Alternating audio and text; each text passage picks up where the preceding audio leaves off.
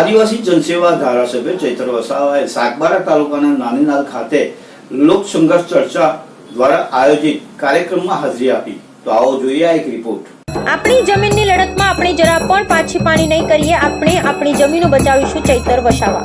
One વિભાગ દ્વારા JCB અને મજૂરોને સાથે રાખી આપણા લોકોના મકાનો, ઝૂંપડા અને ઊભા પાકનો નાશ કરવામાં આવ્યો। અમે આ મુદ્દે સરકારને રજૂઆત કરીશું। આજે સિસ્ટમમાં આપણા લોકો મોટા પદો પર ન હોવાને કારણે આપણે પરિસ્થિતિ ખરાબ થઈ રહી છે, જેમાં ભીલ પ્રદેશની લડાઈને આંગણે સાથે મળી અને આગળ લઈ જવી પડશે, ત્યારે જ આપણે આપણા સમાજનો વિકાસ કરી શકીશું। મંચસ્થ આજ વિસ્તારના સામાજિક આગેવાન એવા ફૂલસિંહભાઈ, સુરેશભાઈ અને આગલી વરોડમાં બેઠા છે એવા doctor દયારામભાઈ, doctor Prafulbhai, doctor Rajbhai, પૂર્વ નર્મદા જિલ્લા કારોબારી અધ્યક્ષ એવા બહાદુરભાઈ, ભરૂચ જિલ્લા સિંચાઈ સમિતિના ચેરમેન એવા પરેશભાઈ, સાથે સાથે ગિરધરભાઈ, સ્નેહલભાઈ, દેવેન્દ્રભાઈ, જગદીશભાઈ, તમામ મંચસ્થ આગલી હરોળમાં બેઠેલા સરપંચશ્રીઓ, તાલુકા સભ્ય, પૂર્વ સભ્ય અને આજુબાજુ ગામમાંથી પધારેલા વડીલો, યુવાનો અને માતા બહેનો, સૌને મારા ઉલગુલાન આપકી જય, સ્વકર્તા પિતૃ કી જય, જય જોહાર, જય પ્રકૃતિ, જય ભારત, જય ભીલ પ્રદેશ। સૌથી પહેલા તો આજે તમામ પક્ષ પાર્ટી ભૂલીને, તમામ સંગઠન ભૂલીને જ્યારે સમાજની વાત હતી અને સમાજના મંચ પર બધા જ પક્ષ પાર્ટીને ઘરે મૂકીને, નેવે મૂકીને આજે જ્યારે બધા સમાજના આગેવાનો એક મંચ પર આવ્યા છે, એ જ મિસાલ, એ સંદેશો આપવા માંગીએ છીએ કે જ્યારે પણ અમારા સમાજ અને અમારી માતા બહેનો સાથે અન્યાય થશે તે દિવસે અમે પક્ષ પાર્ટી, સંગઠનો અને ધર્મ સંપ્રદાયની સાઈડ પર મૂકીશું અને અમારા સમાજ સાથે ઉભા રહીશું। એ સંદેશા સાથે બધા ઉપસ્થિત થયા છે, એમના માટે જોરદાર તાળીઓ પાડી લઈએ। સાથીઓ, કહેવાય છે ઇતિહાસમાં કે 60 લાખ વર્ષ પહેલા આ પૃથ્વી પર માનવ સભ્યતાની અસ્તિત્વ થયું હશે એવી માનવામાં આવે છે। 50 વર્ષ પહેલા માનવીનો શારીરિક અને માનસિક વિકાસ આ ધરતી પર થયો હોય એવું માનવામાં આવે છે। આશરે 10,000 વર્ષ પહેલાથી ખેતીની સંશોધન થયું, શોધ થઈ, અને જ્યારથી ખેતીની શોધ થઈ ત્યારે આદિવાસી સમાજે ખેતીની જમીન, એ જમીનનો માત્ર પોતાના નિર્વાહ માટે ઉપયોગ કર્યો છે। ક્યારે આદિવાસીએ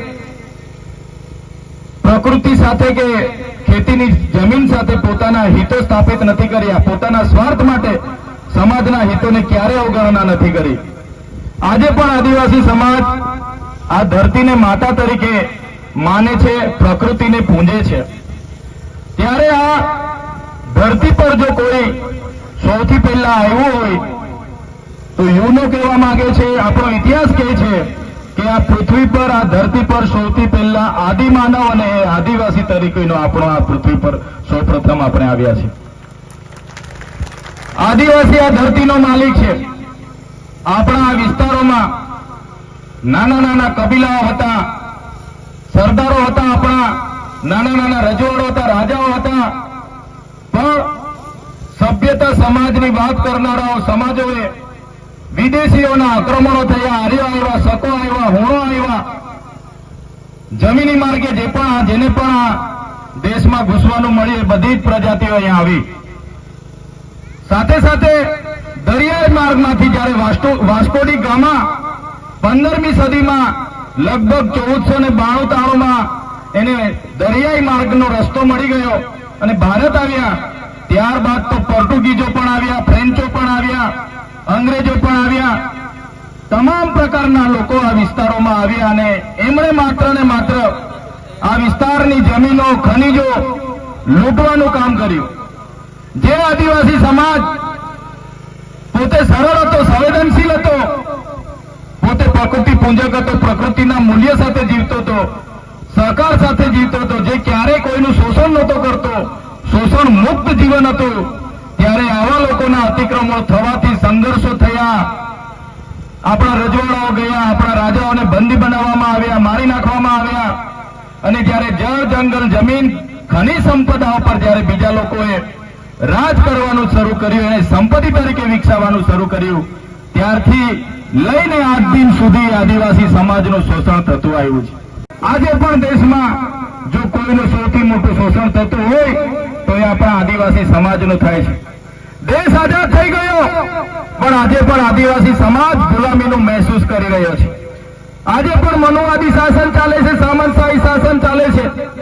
આજે પણ આદિવાસી સમાજ પોતાની પ્રકૃતિ, પોતાની સંસ્કૃતિ, પોતાના સમાજ સાથે છીનબીન થઈ ગયો છે. આજે દેશમાં ડેમના નામે, આજે દેશમાં જીએમડીસી, જીઆઈડીસી ના નામે, ખાણોની ખોદાણના નામે, રોડના નામે, મોટા પ્રોજેક્ટોના નામે, રહેણોના નામે, કોરિડોરોના નામે સૌથી વધારે જો કોઈને વિસ્થાપિત કરવામાં આવ્યા હોય તો એ આજે આદિવાસીઓને કરવામાં આવ્યા છે. આજે દુઃખ સાથે કહેવું પડે છે, આજે દેશમાં 1,40,00,000 આદિવાસીઓ બેહાલ છે, બેઘર છે, બેબસ છે, જેમને વિસ્થાપિત કરી દેવામાં આવ્યા છે. પણ આજ દિન સુધી એ લોકોને આ એમનું વળતર, એમની જમીન સામેની જમીન કોઈ પણ પ્રકારની સરકારોએ સુવિધા નથી આપી. ત્યારે સાથીઓ, આજે આપણે વન અધિકાર અધિનિયમની વાત કરીએ છીએ. વન અધિકાર અધિનિયમ 2006માં બન્યો. એના પહેલા પણ 1980માં વન અધિકાર કાનૂન બન્યો હતો. ત્યારે પણ આ લોકોએ આપણા લોકોને જે જંગલની જમીન ખેડતા હતા એમને અધિકારના દાવાઓ નહોતા આપ્યા. આદિવાસી જંગલ ખાતું કહેવા માંગતું હોય કે આ જમીનો અમારી છે, ત્યારે હું આજના મંચ પરથી કહેવા માંગુ છું જંગલ ખાતાને પણ, તમારું જંગલ ખાતું તો 1927માં બન્યું છે. અમારા લોકો હજારો વર્ષથી અહીંયા રહે છે અને જે દિવસે અમારા લોકોને હેરાન કરશો તે દિવસે આદિવાસી વિસ્તારોમાંથી તમારા જંગલ ખાતાને પણ દૂર કરતા અમને વાર નહીં લાગે. તમારા જંગલ ખાતાને પણ આદિવાસી વિસ્તારોમાંથી અમે હટાવી દઈશું, ઘૂસવા નહીં દઈએ. અનુસૂચિત વિસ્તાર છે અમારો, અહીં પૈસા એક્ટ લાગુ છે. અનુસૂચિત વિસ્તાર હોવાના નાતે બંધારણની 244(1) ના આર્ટિકલ પ્રમાણે, 13 ની કલમ પ્રમાણે આ વિસ્તારમાં કોઈ સરકારની, કોઈ જંગલ ખાતાની કે કોઈની જમીન નથી. આ વિસ્તારમાં જો કોઈની જમીન હોય એ તમામ જમીનો અમારા આદિવાસીઓની છે, આદિવાસીઓ સાચવેલી છે. આજે જંગલો દેખાય છે એ કોઈ જંગલો જંગલ ખાતાએ નથી બનાવ્યા. આ તમામ જંગલો કુદરતી રીતે બનેલા છે. અમારા આદિવાસીઓ પેડને પણ પૂજે છે, નદીને પણ પૂજે છે, પહાડને પણ પૂજે છે, જીવજંતુને પણ પૂજે છે, સાપને પણ પૂજે છે, વાઘને પણ પૂજે છે. આ પ્રકૃતિનું ના જંગલોનું કોઈ સાચવવા હોય તો એ અમારો આદિવાસી સમાજે સાચવવા છે, નહીં કે કોઈ જંગલ ખાતાએ.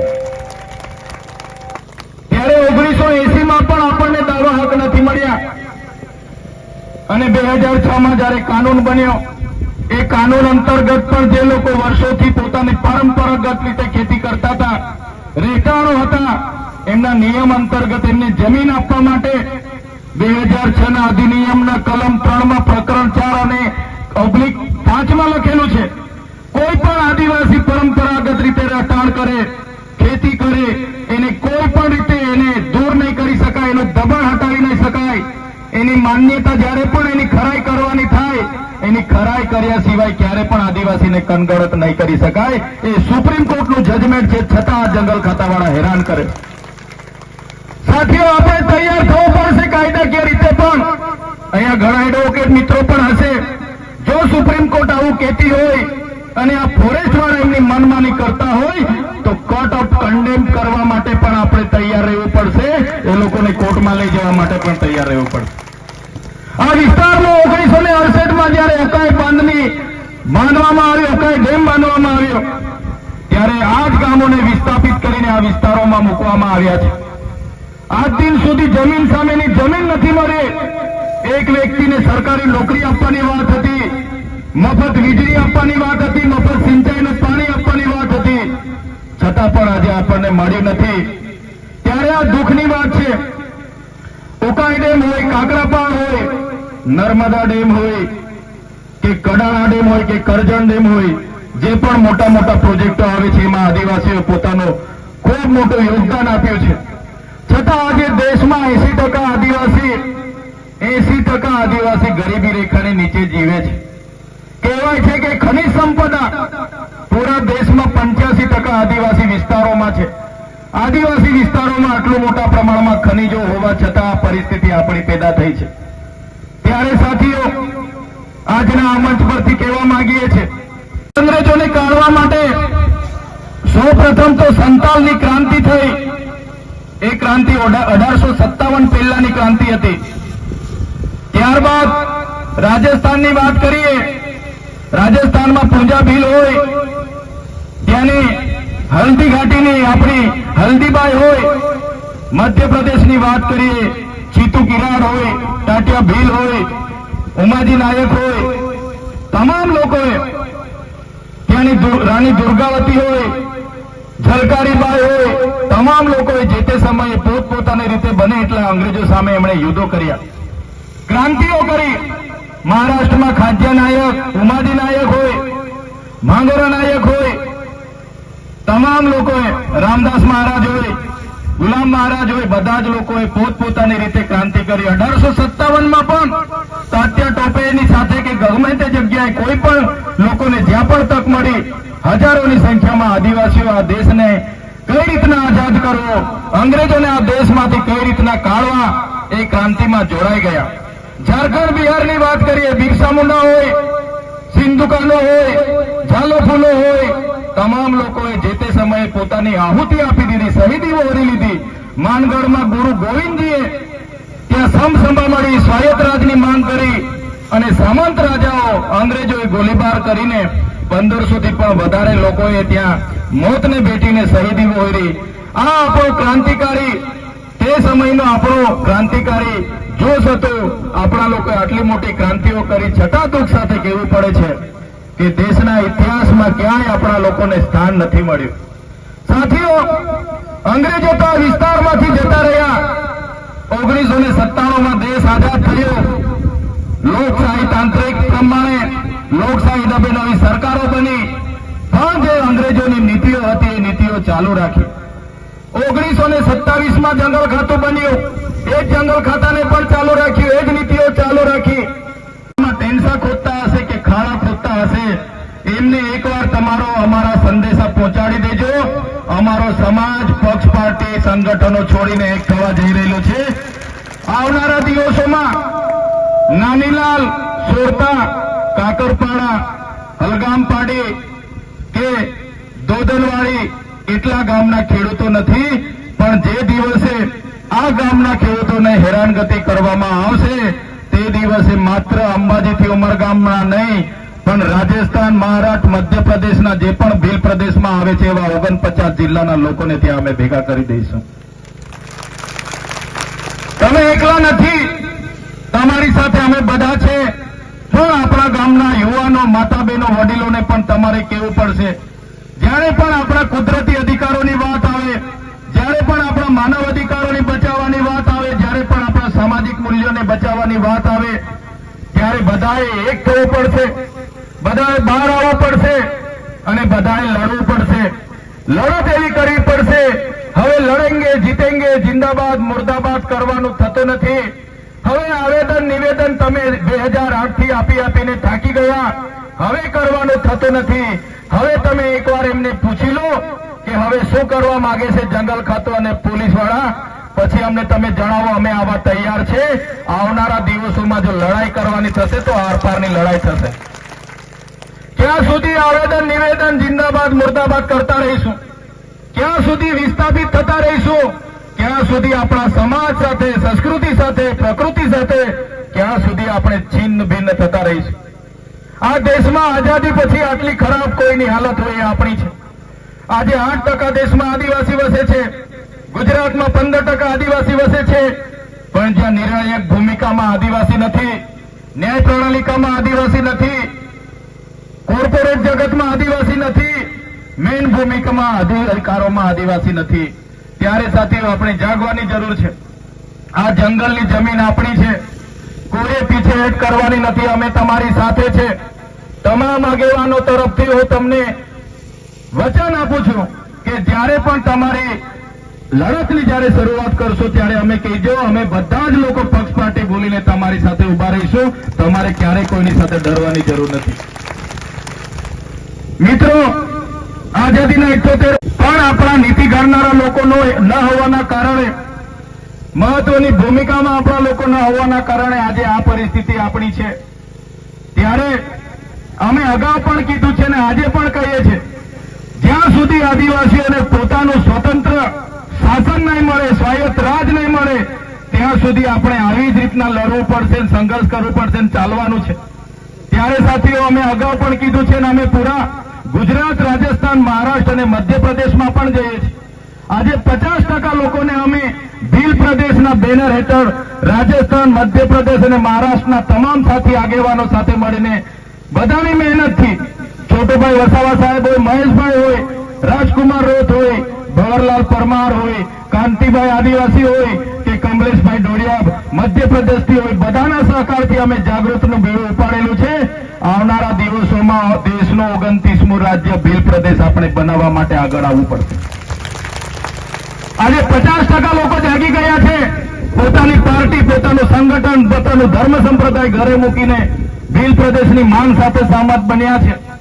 ત્યારે આવનારા દિવસોમાં પણ આ ભીલ પ્રદેશની લડતને આગળ જવા માટે, આગળ ધપાવવા માટે આગળ આવવું પડશે. ત્યારે જ આપણો ઉદ્ધાર થશે એવું અમે સ્પષ્ટ માનીએ છીએ.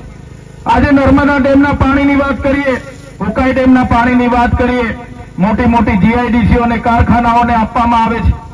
નર્મદા ડેમનું પાણી કચ્છ સુધી લઈ જવામાં આવે છે. 500 કિલોમીટર પાણી લઈ જવામાં આવે છે. અમે કહીએ છીએ તમે 1000 કિલોમીટર લઈ જાઓ, અમને કોઈ વાંધો નથી. પણ જે લોકોએ પોતાની જમીનો ગુમાવી છે, જે લોકોએ આખાને આખા ગામો વિસ્થાપિત કર્યા છે, એ લોકોને આજે પણ જે વચનો આપ્યા હતા એક જણને નોકરીના, જમીન સામે જમીનના, સિંચાઈના, વીજળીના, એ નથી આપ્યા. ત્યારે આવનારા દિવસોમાં જો સરકારો આદિવાસીઓ માટે નહીં વિચારશે તો આવનારા દિવસોમાં નર્મદા કેનાલ બંધ કરવા માટેનું પણ અમે આહવાન કરીશું અને નર્મદા કેનાલ પણ અમે બંધ કરાવી દઈશું. સાથીઓ, આજની આ લોક સંઘર્ષ મોરચાની આજની મીટિંગમાં જે પણ આપણા પ્રશ્નો ઉપસ્થિત થયા છે એમાં આપણે ઉમરપાડાના તમામ ખેડૂતોને પણ સાથે રાખીશું. જે પણ મજૂરોને લઈને આવે છે એ પણ આપણા સમાજના છે, એમને પણ સમજાવીશું. અને એકવાર ફોરેસ્ટવાળાને અને સરકાર સુધી પણ આપણે રજૂઆત કરીશું. પછી પણ નહીં માનશે તો અમે પણ તમારી સાથે આવીને તમારા વિસ્તારમાં ઉભા રહીશું. એ લડતને ક્યારે આપણે પાછી પાણી નહીં કરીએ. આપણી જમીન છે, એ જમીનને આપણે બચાવીશું. વધારે વિશેષ નથી કહેતા.